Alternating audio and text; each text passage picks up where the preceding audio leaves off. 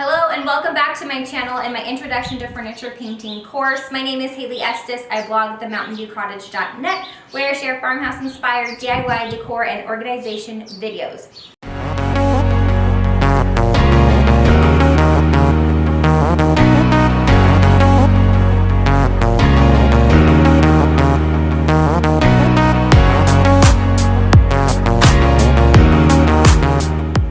Today we are diving into tough top coats. This is the kind of top coat that you're going to use for your kitchen table or a piece of furniture that's really going to get a lot of wear and tear on it.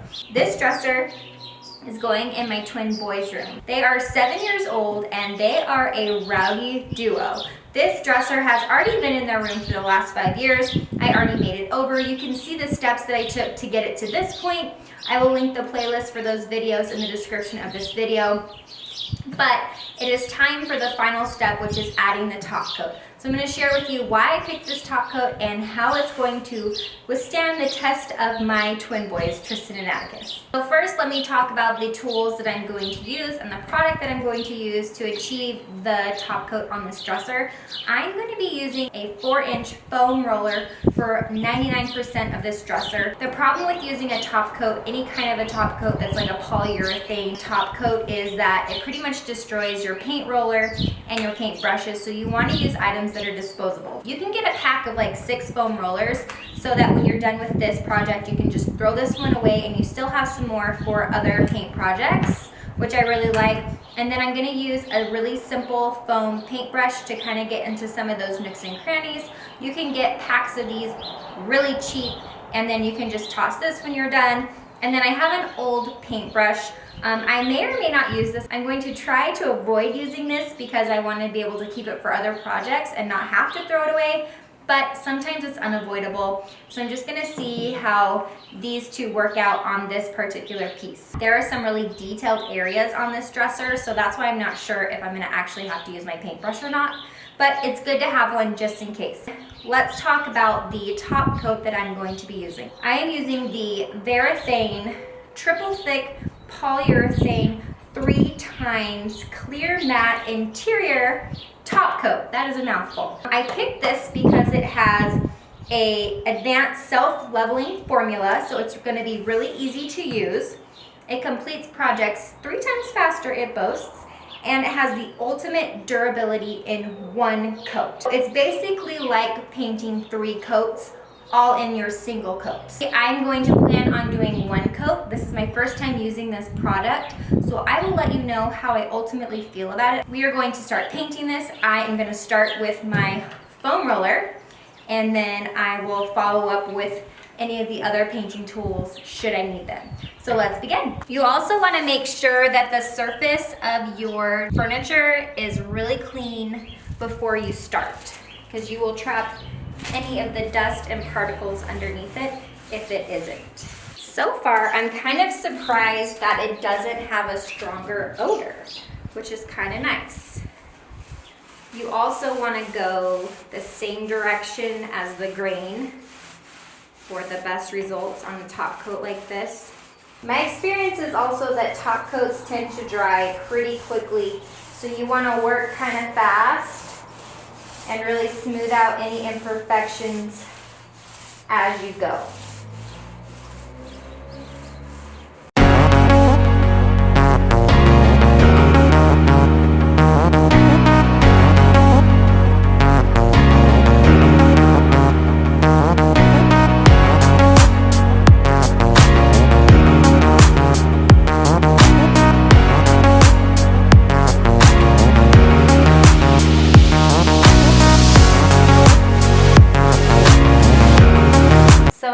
Noticing that you can see a lot of the roller marks on this. I'm hoping once it dries, those won't be as obvious, so we'll kind of come back and see once I'm done doing the sides and the drawers. I'm going to start on these crevices by using my foam paintbrush to get into them and smooth them out. This is definitely dripping quite a bit, so I think it's probably safe to say I could use a little less product on my brush. Avoid that. Another tip for when you're doing these vertical areas, kind of sit further away from your piece so that as you get to the bottom, you don't have to apply more pressure, because naturally as you go down, you'll kind of apply a little bit more pressure on your piece. So if you're further away, you won't be as inclined to do that. You can also see that I'm just taking this directly from the can. I haven't put it in any kind of a paint pan. So when I start rolling it out, I kind of try to get the gloopy parts off real quick and then really smooth them out.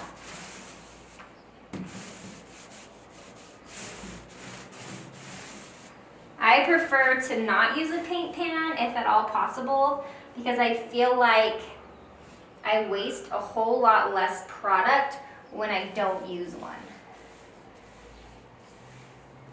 Sometimes it's nice to have one that's just empty that you can kind of roll your roller on and get some of the excess off, but I tend to not use a paint pan if I can just do it from the can.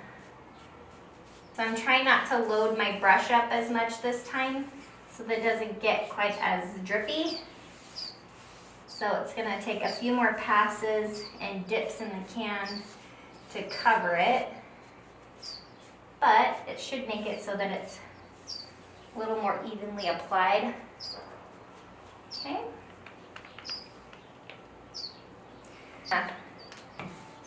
Empty off the majority of it and then really smooth it out on my piece.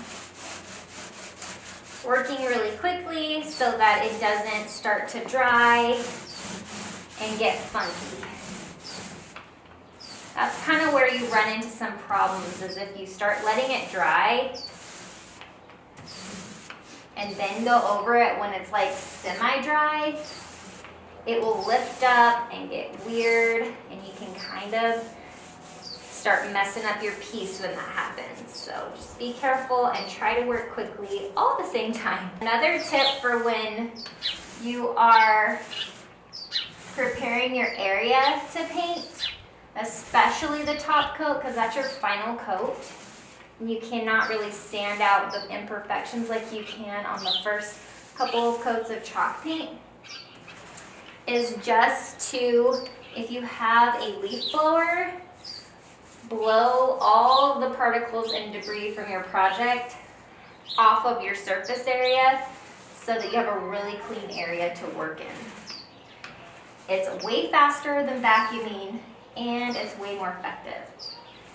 So we have the first coat on the sides of this dresser. We're gonna start working on the drawers. The top drawer is like the hardest drawer because it has this detailed area on it. I'm gonna kind of start with my little foam paintbrush and get those areas. I think maybe I'm overthinking it. It seems to be working okay with just the foam roller, reaching most of the areas. So I'm just gonna follow up with the foam paintbrush and take away the excess. That is the main concern when you're painting a detailed area, is just the paint or the finish pooling in those little detailed crevices.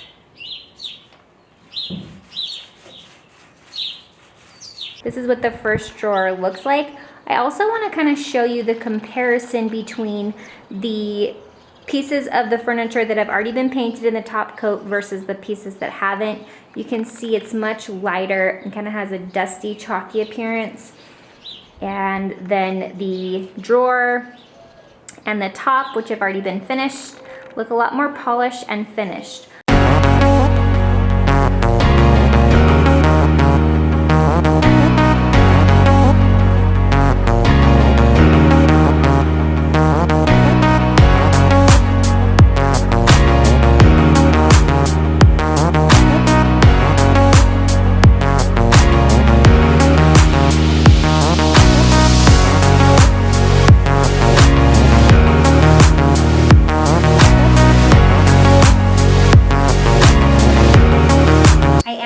ahead and do 1 second coat on just the top of this dresser. I am really pleased with the coverage of the triple thick poly coat.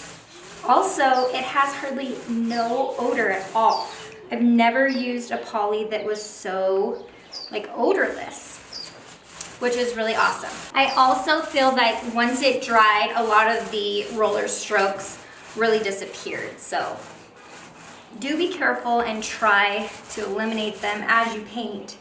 But if there's still some present, it's not that bad.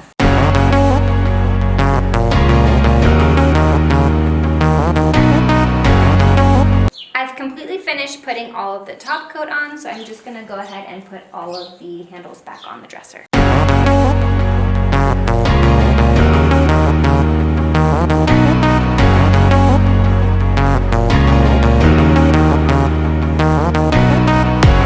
Okay, so it's been about 4 weeks since I finished painting the dresser, and I have moved it back into my boys' room, and I wanted to come back and give you a full review on how I felt about this triple thick polyurethane top coat and let you know what I did like about it and some of the things I didn't like about it. Ultimately, I would definitely recommend using this product if you're looking for a really tough, durable top coat.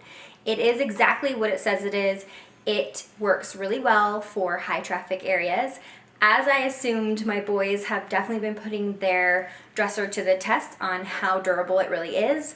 One of them actually scribbled on the top of the dresser after I painted it with a pen. And even though the indentions of the pen are still there, the pen actually scrubbed off. I just used some light soap and water and I was able to scrub the pen off, but the top coat didn't come off with it. So I was really impressed by that.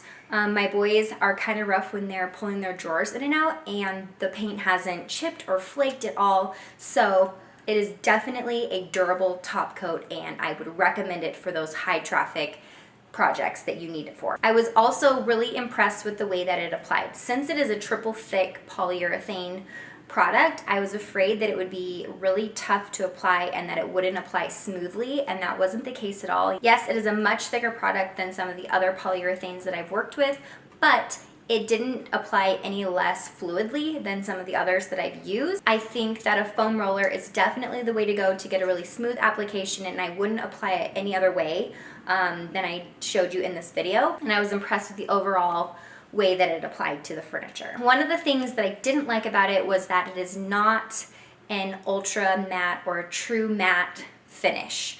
On it, it says that it's a clear matte, and it does still have a very dull shine. I would say it's more of a satin finish and not so much a matte finish. For the piece that I painted it with, I didn't think that it was a big deal. It was fine. But if you're looking for a really true matte finish, I do have a product that I recently discovered and will be using in an upcoming video that I absolutely love. It is the Varathane Polyurethane Unique Soft Touch Finish in matte, and it is a very true matte finish. I absolutely love this paired with milk paint projects. This is better for chalk painted projects, and overall I would definitely use this again, and I would recommend it to you. Here it is all finished. I'm so happy with the way that this dresser turned out. I was going for something a little bit more modern, not quite as rustic for their room, and that is exactly the look that was achieved by using that top coat and this brand of chalk paint. If you missed all the steps it took to paint it and distress it and get it ready for the final steps, I will link that whole playlist in the description of this video. Thank you so much for joining me on this portion of my furniture painting series, and I hope you'll join me next Thursday as we dive into milk paint.